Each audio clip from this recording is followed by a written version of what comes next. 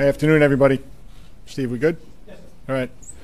Just keep in mind, this incident occurred a little more than 2 hours ago, so all the information that we're giving you right now is preliminary and subject to change. After I speak, you're going to hear from Governor Cuomo and Mayor de Blasio. Bill Sweeney, from the Assistant Director in charge of the New York FBI office, is standing up here with me, too.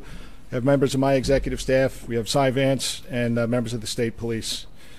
First, I just want to say that today there was a loss of innocent life in Lower Manhattan. The dead and injured were just going about their days, heading home from work or from school, or enjoying the afternoon sun on bicycles. This is a tragedy of the greatest magnitude for many people, for many families here in New York City and beyond today. I want to commend the response of our NYPD officer that was on post near the location, who stopped the carnage moments after it began. Also, the work of the first responders, including the fire department and EMS personnel, surely helped save additional lives. As I said, I'll give more of a chronology in a couple of minutes, but right now I'd like to introduce Mayor de Blasio. Thank you, Commissioner. It's a very painful day in our city. Horrible tragedy on the West Side.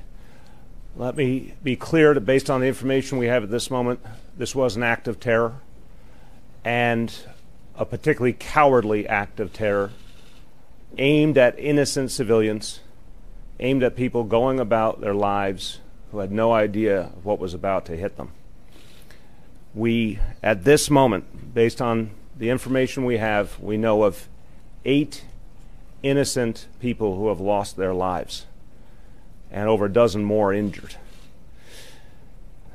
We know that this action was intended to break our spirit, but we also know New Yorkers are strong, New Yorkers are resilient, and our spirit will never be moved by an act of violence, an act meant to intimidate us.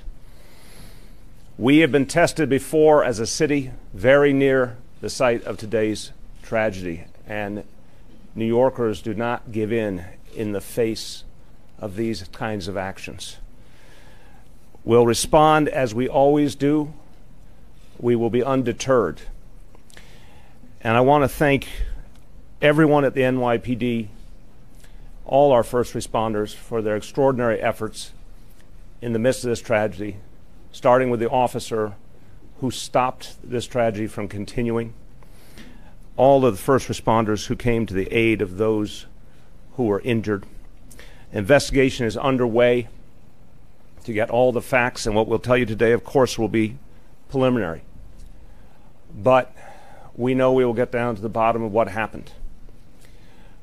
I want to ask all New Yorkers, all Americans, to keep the families of those lost in your thoughts and prayers.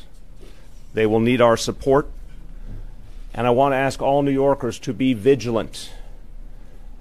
We know it's Halloween night, and we know in the days ahead people will be uneasy. We ask all New Yorkers to live by the idea: if you see something, say something, tell an officer immediately if you see anything unusual, anything that worries you. Be vigilant, and know that there will be extensive additional employments of NYPD officers this evening and throughout the days ahead. We will also keep you posted as this investigation continues and as the NYPD gains more information. Governor Cuomo. Thank you. First, our thoughts and prayers are with those New Yorkers who we lost today. It reminds us all how precious life is. They left the house this morning. They were enjoying the beautiful west side of Manhattan on a beautiful fall day, and they're not going to be returning home. And that shock and that pain is going to be very real. And our thoughts and our prayers are with all of them. Our first responders did an extraordinary job. The NYPD, the FDNY, the FBI, the New York State Police, EMS. We have the finest security on the globe. And to see them in action today proved that once again. The new terrorist tactic, which they've called for publicly, are these lone wolves who commit an act of terror This is all very preliminary. It's only been a couple of hours, but at this point there's no evidence to suggest a wider plot or a wider scheme, but the actions of one individual who meant to cause pain and harm and probably death and the resulting terror. And that was the purpose. We will be vigilant.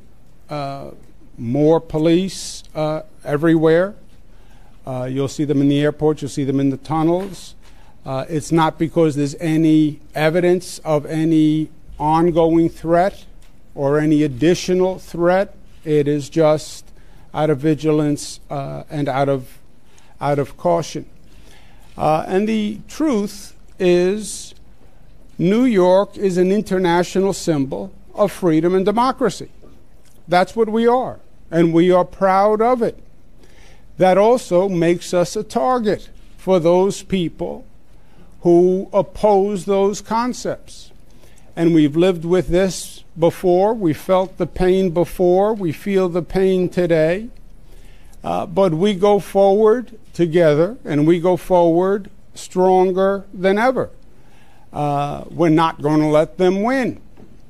And if we change our lives, we contort ourselves to them, then they win and we lose.